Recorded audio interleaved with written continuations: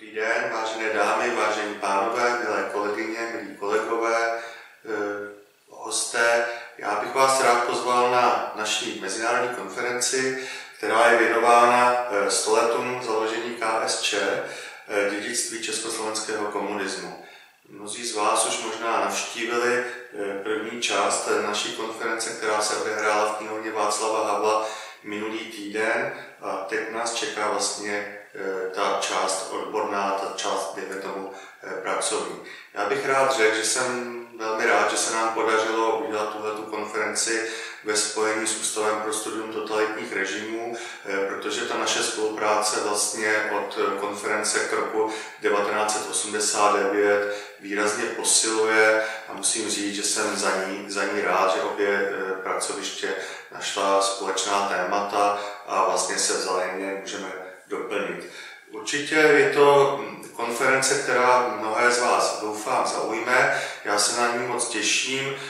Pokud jde o výzkum československého komunismu nebo fenoménu komunismu, věnuje se tomu ústav už po řadu let, možná desetiletí.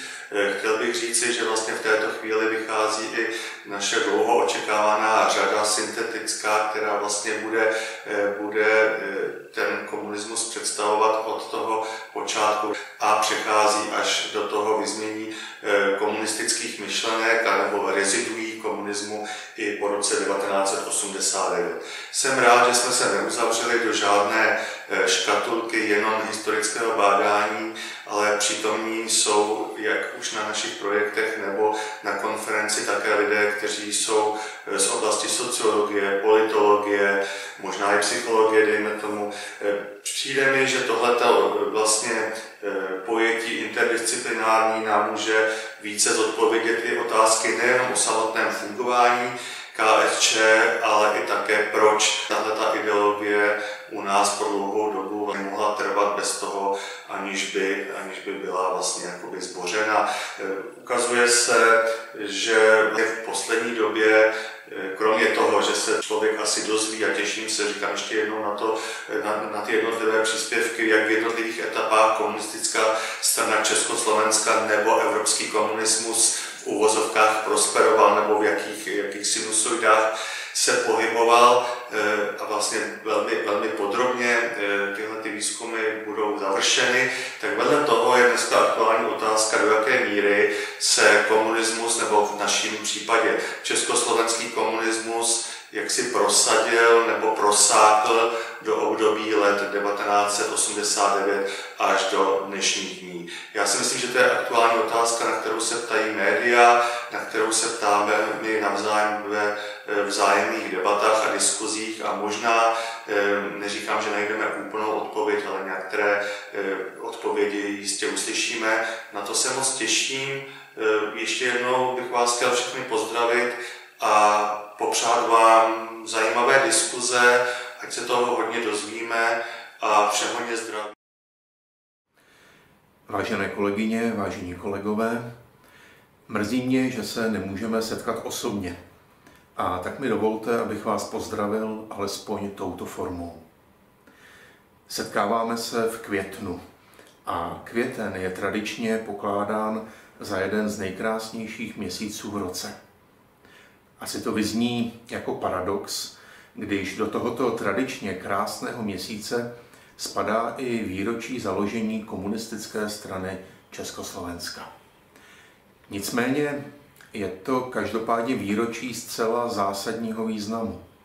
Před 100 lety vznikla strana, která ovlivnila životy milionů lidí, mnohem velmi podstatně. A její dědictví tu máme dodnes, i když v podobě už hodně transformované. Ke 100leté existenci komunistické strany se samozřejmě váže mnoho otázek. Působení KSČ si spousta lidí spojuje jenom s těmi 40 roky po únoru 1948.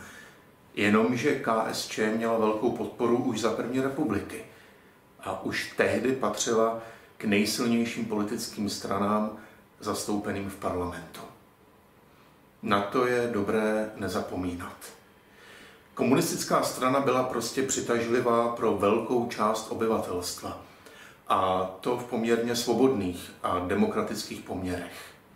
A jak víme, zopakovalo se to i po druhé světové válce, kdy její vliv ještě zesílil. Čím komunisté získali takovou přízeň? To je jenom jedna z mnoha otázek, kterými se musíme zabývat, aby se dalo pochopit role komunistické strany v minulém století. A vlastně nejenom v tom minulém. Zdá se mi přinejmenším stejně důležité reflektovat, co z období před listopadem 1989 přetrvává dodnes. Čem jsme se změnili a poučili, ale také v čem jsme zůstali stejní a v čem jsme se nepoučili, v čem jsme naprosto nepoučitelní.